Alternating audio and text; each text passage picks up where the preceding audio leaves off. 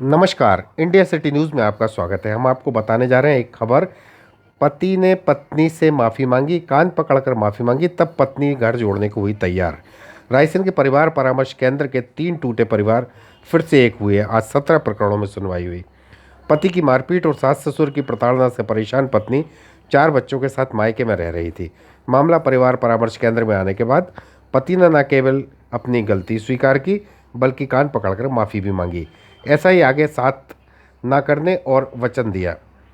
उसके बाद पत्नी भी सारे गिले शिकवे भूलकर पति के साथ रहने को तैयार हो गई।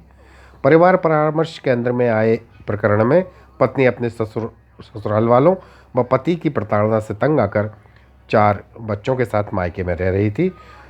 दोनों ने अपनी गलती मानी और पति ने पत्नी के सामने कान पकड़कर माफ़ी मांगी। उसके बाद पत्नी अपने 4 बच्चों के साथ पति के साथ रहने के लिए और घर जोड़ने के लिए तैयार हो गई। जी हाँ, परिवार परामर्श केंद्र में ये सुलह हुई है इस परिवार की। और इस परिवार परामर्श केंद्र में एसडीओपी अतिथि भावसार, अध्यक्ष कैलाश श्रीवास्तव, सलाहकार अशोक गुप्ता, चेतन राय, अनीता राजपूत, एएसआई अनिल वर्मा और आरक्षक लोकेंद्र मौर्य उपस्थित रहे। रायसेन जिले में चल रहे परिवार परामर्श केंद्र में कई टूटे हुए परिवारों को जोड़ने का काम किया जा रहा है, जिसमें पत्नियां पहली बार ससुराल में जाने से साफ मना कर रही थी। ऐसा ही एक प्रकरण आया था। दोनों मामलों में काउंसलिंग होने के बाद कुछ हद तक उनका मन ससुराल जाने के लिए बना, लेकिन 100% निर्णय की स्थिति में नहीं थी। ऐसे में उन दोनों मामलों में पक्षकारों को 7 दिन का समय दिया गया ताकि घर टूटने से बचाया जा सके।